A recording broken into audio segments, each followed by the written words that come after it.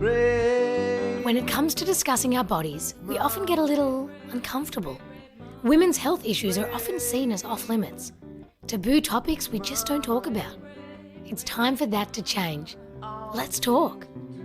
Welcome to the Bravemumma podcast, where we are going to do exactly that. Discuss everything from periods to pregnancy, motherhood to menopause. No topic is off limits. Join Stephanie Thompson, the brave mama and author of The Day My Vagina Broke, as she asks other brave women about their personal health challenges and triumphs. You will learn, laugh and cry as Stephanie finds out everything you wanted to know but were too afraid or embarrassed to ask. So, grab a cuppa and enjoy. Hello, brave mamas. Are you ready to get the lowdown about everything women's health? I'm your host, Steph Thompson, and I can't wait to share our special guest with you today. Seeing as our next guest is coming to us all the way from London town, it was only fitting to grab a cup of Madame Flavor's classic English breakfast.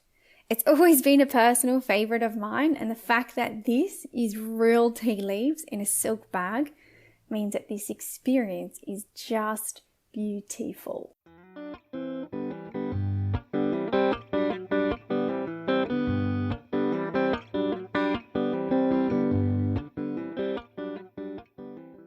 All right, well, today we have Florence joining us all the way from the UK, where it actually looks sunny behind you. Is that right? Oh, no, it has been raining non-stop. It is the wettest August ever. No. And it's almost scary reading the news because it's like Greece is on fire, Turkey's on fire, America's on fire. And then us in the UK, it's just like rain, rain, rain. I wish I could send some over there. Oh, absolutely. I bet. It's just quite funny because in the picture behind you, that light coming through looks really sunny and bright. Looks really nice. So let's kick off. When did you decide that it was time to open a space that was dedicated to just everything vagina? Well, it all started in 2017. When I discovered that there's a penis museum in Iceland, but there's no vagina equivalent, or there was no vagina equivalent anywhere in the world at the time. So I just kind of decided to make one. It started off really flippantly, just being like, oh, well, you know, equality, But the more I thought about it, the more I was like, oh no, that this actually could be a really good idea. You know, it's such a stigmatized part of the body. And that has lots of real world consequences, you know, like people not going to the doctor because they're too embarrassed and that sort of thing. And a museum is usually a place where kind of communities and societies come together and say, like, this is a topic that we think is important, that we want to record the history, that we want to make this history accessible to people. And so by having a vagina museum, it was like us coming together and saying, look, this is a part of the body that we should really be learning about and celebrating. Yes. Yeah. And I love that you said, you know, it does have that taboo connotation. Even now that I've got a daughter and a son, my son is really happy to share his penis with the world, like whenever he can. He's only a toddler, but he'll just go to the toilet on the grass. And whereas my daughter, she won't even go near a window in her underwear. And it's just like they're less than a year apart. And I just think, wow, already in their little brains, she knows she has to cover her vulva up, whereas he can, you know, feel really confident. And I guess some kids are different, but I love how you said it. And it's absolutely been such a taboo thing for so long. And hopefully this is a start of the change. So how does one start that process? I know you said it started quite flippantly, but then what happened next, you know? Well, I'd never built a museum before. Yeah. So I started off by talking to various people in various different industries, like, yes, the museum's world, but also science and the arts and events and healthcare, to kind of figure out what it was that people wanted and needed out of what would be a vagina museum. Yeah. And then once I kind of understood what I wanted to do and what I was trying to achieve, I looked at other museums and how they started. Yeah. And most of them were started by bored, rich white men in the 1800s, which I'm not. So I found some other museums that were of a similar vein to mine. So like there's the Migration Museum project, which started up around like a few years beforehand. And I kind of looked at their business model. How did they grow? Yes. What did they do? And emulated it off other museums like that. And now we have like a little community of emerging museums in the UK. It's very nice. Progressive. That is so great. What can people find in the museum? Like, what type of things do they see and do there? Small. People are actually quite surprised when they come visit to see how small it is, because I think they expect us to be like the British Museum. We've got like hundreds of rooms, because, you know, we have a very professional website. We've got a very large following online and stuff, but we're quite small. We have one gallery, so we only can have one exhibition at a time. Okay. And our first exhibition was called Muff Busters, which was all about vagina myths. You know, like, oh, if I use a tampon, I'll lose my virginity, or if I have loads of sex, my vagina will be really loose, that sort of thing. And then our second exhibition, which just opened, is called Periods: A Brief History. So you learn about, like, what did people think about periods in the past, what products did they use, that sort of thing. Wow. So they're actually getting, like, it's like a proper museum where you get an educational experience. It's not just for gawkers to go in and say, hey, I can look at a vagina and not be in trouble. Yeah, I think a lot of people come in thinking that. They see the sign and they're like, oh, lol, I'm going to come see vagina. And then they come in and they see that, you know, like, it's got a very different vibe to that. It's like clearly like a very feminist educational vibe. People come in and they immediately see that. And then you see how their outlook changes so much, where they're like quietly reading the panels and they're looking at the objects and they're like, oh yeah, no, I came in for a laugh, but I learned something. This makes sense to me now. Yeah, it's funny how it how when you experience things, how it can change your perception on things. Even things like period underpants. I was like, oh, gross. I'm a tampon hider in my pocket, and I felt really ashamed until I had a prolapse and I can't wear tampons anymore. And period underwear was the only thing that works. Over a process of time, me just washing it in the sink and me having to touch my blood, and at first going, yuck. Now I'm like, hey, I'm proud of that. I created babies with that. Like, that's pretty awesome, you know? It's amazing how it does in the destigmatize happens over time, you know, and I'm pretty sure that happens with a lot of your visitors, right? Yeah, absolutely. Like, I think people often ask me, you know, how do we destigmatize the vagina? And the thing is that it's a long road, and it's something that only happens by lots and lots of people making just little steps, you know, like, for example, washing your own period underwear, or like talking to your kid and saying, hey, do you know this is called a vulva? And or just like chatting to your friends, and we fight taboo by lots of those little societal actions all happening together.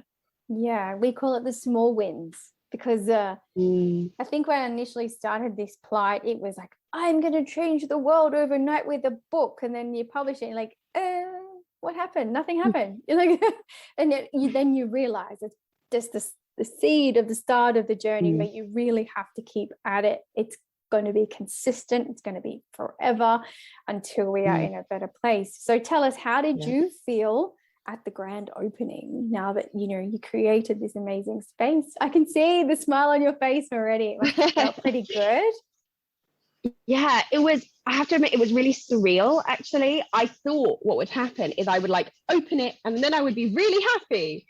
But, you know, it's such a like long process of like, you have to negotiate the lease, and then you have to design the exhibitions, and you've got to hire staff, that there was no like one moment where I was like, yes, I did it. And I remember once I was just sitting on the front desk, because that's what happens when you do a grassroots organisation and your front of house volunteers call in sick. You just do what you need to do. And yeah, I was sitting there and I was watching people, and I think there was like a group of teenage girls who were just chatting about vaginas, and I was just looking at them and I was like, oh, I did it. That's the thing that I did. It wasn't necessarily the building, and it wasn't necessarily the exhibitions. It was like how it affected people. Yeah. That was really nice. That's beautiful. It just gave me goosebumps because I just pictured that, you know, like young teenage girls like almost whispering in the corner, and then they felt okay to talk about it. That's amazing. So let's chat about the importance. I mean, we can all giggle about this, of course, but there is such an importance for this space for women. Who would you kind of say would be the target audience for a place like this? So it's a really difficult question because I do come from a public engagement background. So I know that your target audience isn't everyone. It never should be everyone. But that's the thing about vaginas, is like half the world has them. The other half of the world had something to do with them. They know someone with one, they came out of one, they want to have sex with one. Like, so it does affect everyone. I would say our core audience is mostly women between the ages of 18 and 35, so quite young, with really, really high, disproportionately high LGBT visitorship. Something like, what was like 40-something% of people who visit identify as LGBT. Wow. And it's a lot of people who like want to learn about this stuff, but want to do it in a reliable place because they know that, like, you know, you can't trust everything on the internet. But we do have a few sort of subgroups, which I think is really interesting. So we've got a lot of like second wave feminists who are like in their 60s and 70s who are like, oh, I wish I had this when I was young. Why didn't I make this for the women's liberation movement? We have quite a few single dads, which I think is super cute, because they come in and they're like, you know, oh, I need to teach my daughter about periods and what's going to happen to her body and all these sorts of things, and I don't know how to have that conversation because no one had it with me. That's right. So they're like, you want to know about wet dreams? Boom, I've got you. But I don't know how to tell you about periods. So they're like, let's go to the Vagina Museum. We'll learn all the things that you need to learn, and then if you have any questions I can't answer, there'll be someone to ask. That's so good. Yeah, that's the one that makes me really happy. But then we also get lots of teenagers from the local area who come because they've like finished school and they don't want to go home, and they're eating Chinese food in Camden Market, and then they come in and they're like, oh, I was learn about vaginas. But then they actually do learn, and it's really nice. Yeah, that curiosity gets them in, and then they leave knowing something. That's brilliant, I say. What kind of has been the general reception from the public since you've opened? Really positive, really positive. We've had, in our first exhibition, we had like this feedback card, which we can't do now because of COVID, but too many touching of pens and papers. So we have the feedback online now.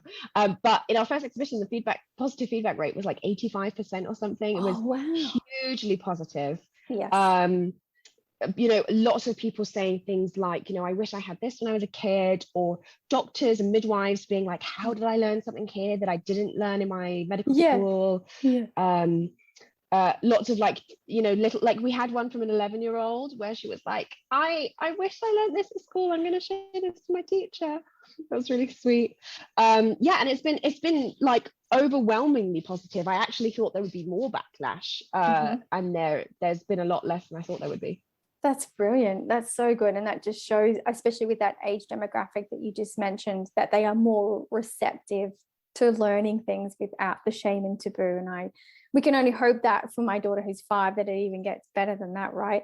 So did you possibly experience any barriers to more mainstream media? And I think in Australia, we consider the British to be quite proper, and so I'm interested to find out if there was anything, you know, in regards to promoting and awareness. Did you have any kind of barriers with that? I mean, yes, we've had lots of barriers. I think because we are the nation of Carry On films, where we do love a bit of like cheeky, sexy humor, that there maybe weren't the same barriers in like if we try to do this in the US, for example, where they are genuinely just prudish. But you know, some of our major barriers were things like online censorship. So on Instagram, for example, the hashtag vagina was like shadow banned for a really long time. We often get shadow banned. People will be like, I tried to search for you, but you're not coming up. Yes. And I'll be like, it's right there. Just like type in the URL, but they would put it in a search bar and it wouldn't, you know, in the Instagram search bar, and it wouldn't. It's happened. Yeah, it's happened to me too when I've gone to look for you.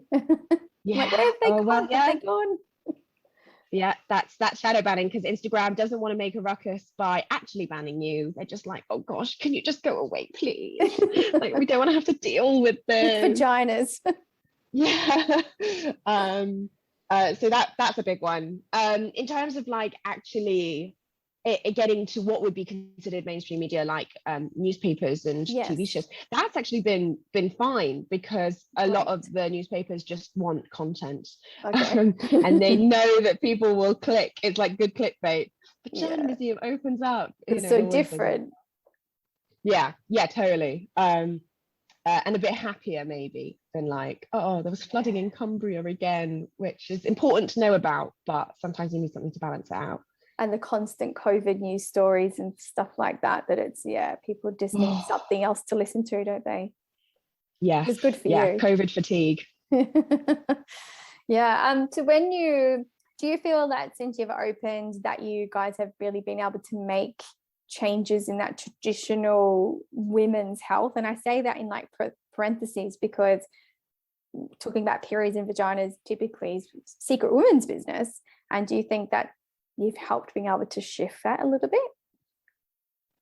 Oh yeah, definitely. We've had, I think it's like you said, you know, about like when you published a book and you realize it's actually just the seed of it. We're part of a much wider movement of getting people more comfortable with their bodies. But we've definitely seen people who are like, oh, I was really worried about like my periods were really, really, really painful, and I didn't know what endometriosis was. Like this actually happened. I was sitting in the gallery, and two people were chatting, and somebody was like, about painful periods, I mean. And somebody was like, oh my God, did you hear about endometriosis? And then suddenly these two random strangers are like talking about endometriosis. No. And like you see stuff like that, and you're like, and this never would have happened if they hadn't come. Yeah. And seeing each other. Lots of people, lots of people like going to their doctor and saying, look, I heard about this thing. Do I have it? Or if lots of people have said their doctors are very dismissive, and they've had the confidence to go find a new doctor, or actually just stand up to their doctor and say, actually, can you just run this test? Just do it. Great. Yeah. Oh, those magic moments, they are magical for sure. So with this amazing space that you've got, obviously you talked before about having volunteers on the front desk. How does a space like this stay open and afloat, especially during COVID, right? How do you do it? Well, that is $1 million question. It's definitely been really hard.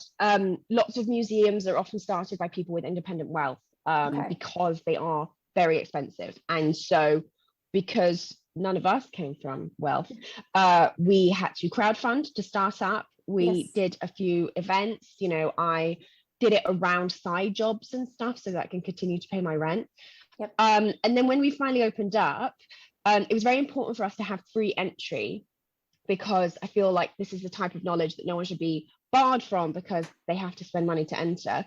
So we make most of our money through retail, actually. People love a vagina on a t-shirt, let me tell you. We've literally been nominated for awards for our shop, so that's something I'm pretty proud of. We need to be making t-shirts, I think, instead, right? yeah we people love it. It's great. And then we also have like people donate. There's a membership scheme. We run events usually, which were very popular before COVID. I bet. Any online events are you thinking maybe in the future? We ran a few online events at the beginning of lockdown. The very, very first one. And then we took a little break. We did some more, and we've got a few more now, actually. If you look on our website and look at the event disorder. We do book clubs, we've got workshops, talks. It's loads of fun. Oh, book clubs, you've just got me. I'm so interested. Author talks, anytime. I would love to volunteer my time and possibly even some copies of the book or something, because I think it's so important to have these conversations. We did an online book club for a Melbourne mothers group once, and some mums came on and they had quite traumatic births and they had never really spoken about it. So they came on thinking they were just going to listen, and by the end of it we were all in tears. It was so great just to connect, even if it was via Zoom. It still felt like we were in the room having that debrief, I guess. Yeah. Oh wow. A lot of women, sounds really powerful. Yeah, a lot of women just don't talk about birth, and they don't talk about prolapse because it's like we've got vaginas that are just coming up to the surface and being able to say that word, and then we've got vulva. I'm like, people are like, hang on, are they different? Yeah, okay, right, got that. And then we've still got things like trauma and prolapse is still quite down low on the, I think, and sex and prolapse. Oh God, no one ever talks about that.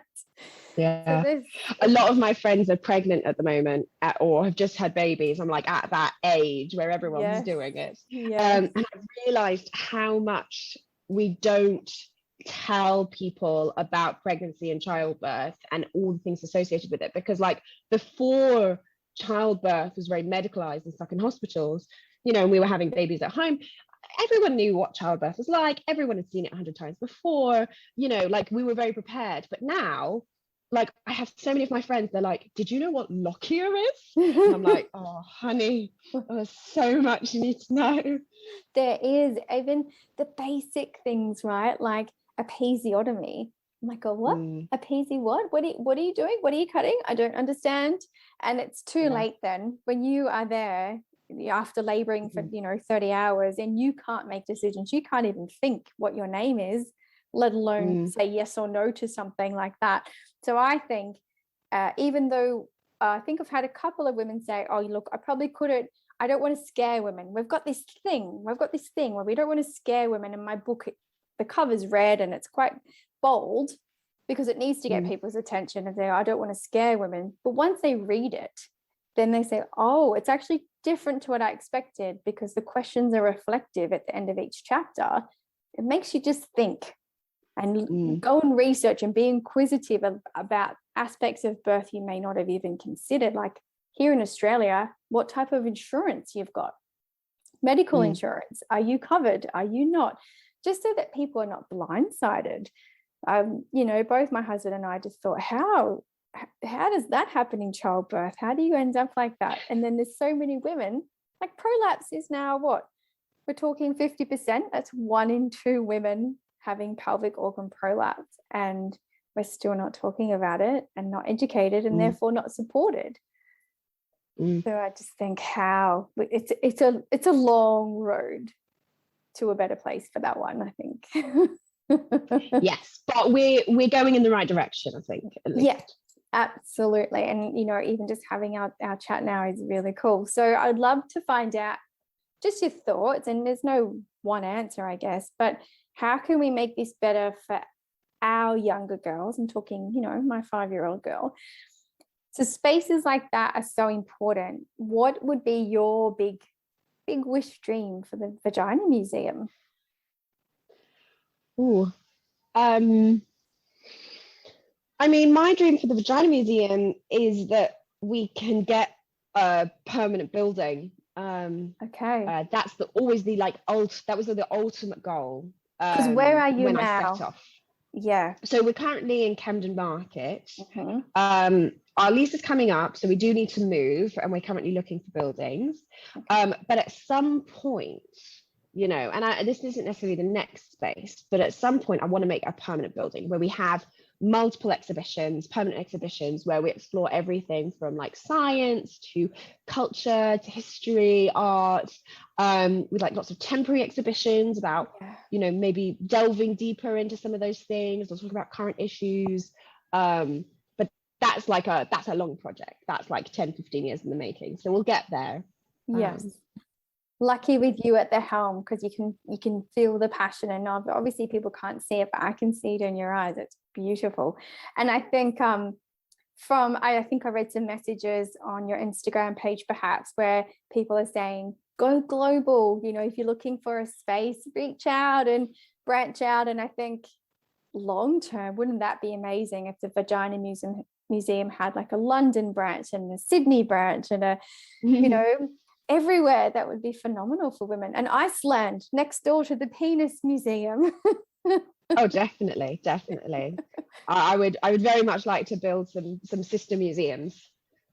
That sounds amazing. So once you find your new home, which is obviously hopefully very soon, do you think it for women, because I know I've spoken to people saying, oh, I'm interviewing Florence from the Vagina Museum, and I'm like, what is that? Where is that?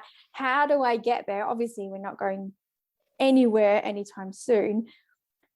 Would you think you guys could do some virtual tours for people to pay and come and, or, you know, be part of the, you know, have a look around? Yeah, well, so we did some virtual tours of our previous exhibition, which you can get on our online shop. They're just £3. They're very cheap, just to like Awesome. cover the hosting. Yes. And we're going to do some online tours of our next exhibition soon, but we're just currently focusing on the building question. Finding a home. Yeah. And our first exhibition is actually online. You can see it online. If you go to exhibitions and then past exhibitions, there's a little link that you can click to view the exhibition online. And we'll hopefully get Period's exhibition online as well very soon too. We can have a look. Oh, that's so great. That's amazing. If our listeners right now, because I know a lot of Aussies have been to Camden markets when they do the obligatory I lived in London thing. If any of our listeners at home now can possibly, if they've got contacts in London, or that, you know, they just wanted to find out more about the museum, how can they find you? What's the best place to go? So our website's vaginamuseum.co.uk. And then on Twitter and Instagram, we're vagina_museum. That's our handle. If you want us on Facebook, we're facebook.com/vmuseum, because Facebook said that vagina was a naughty word and we weren't allowed it in our URL.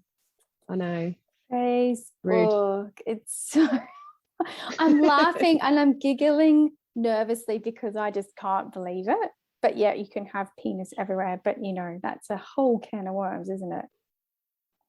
It's you. Oh yeah, definitely. Yeah. It's something we've been trying to fight, but it's just like they're just like a brick wall monolith. It's impossible to penetrate. Wow. Pardon the pun. Yeah.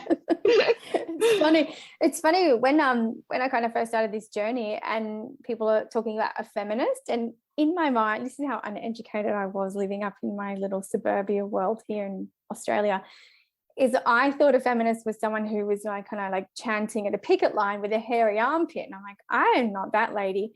But then when you realize what a feminist is and wanting to make things better for females, yes, that's me. I am happy to be called a feminist. I do not hate men, but I do want to make sure that we are fighting the good fight for our girls and ourselves, really, at the end of the day. Yeah, there's definitely like so many different ways to be feminist, and like, yeah, the protesting is definitely part of it, but there's like so many ways of doing it. And it has to be done in many ways, because the patriarchy affects every single aspect of our world and every single aspect of our life. So we have to have this sort of multi-pronged approach to dismantling it. Yeah, that's right. So after this exhibition is finished and you've found a new home, do you have another exhibition coming this year, or is that something that's 2022? So the current one will run hopefully until February, when we move into our new space, but we haven't yet announced what our third exhibition will be. We've got a couple of contenders. Wonderful. If people wanted from around the world that are listening, because we've got lots of followers in the US as well, if they wanted to be part of that, do you kind of do like a bit of a submission thing so people can become involved? Is it a global thing? Well, it really depends on the exhibition and how it's being made. So I would just kind of like keep an eye out. Any public opportunities we always put on our website because we want to be as like equal and transparent as possible. And you can always email us at info@vaginamuseum.co.uk if you want to get involved in some way. I think you're going to have a big influx. Just saying. And you can't help it with the puns. I was like, oh, you're going to have a full box very, very soon, because I know that there's lots of women who want to participate and want to be part of this change. And I just thank you so much for all your hard work and amazing passion in what you do, because it is making a difference to our girls and our women. And we're very lucky to have you. Oh, well, no, thank you for having me here as well. It's been really interesting talking to you. Yeah, great. All right. Well, we'll stay tuned, and we'll definitely give updates as things are happening, but we'll let you get on with your busy day in the rain. Yeah. It seems to, oh no, I was going to say it stopped, but it's just got lighter. You take care. Thank you so much, Florence. Thanks so much. Take care. Bye.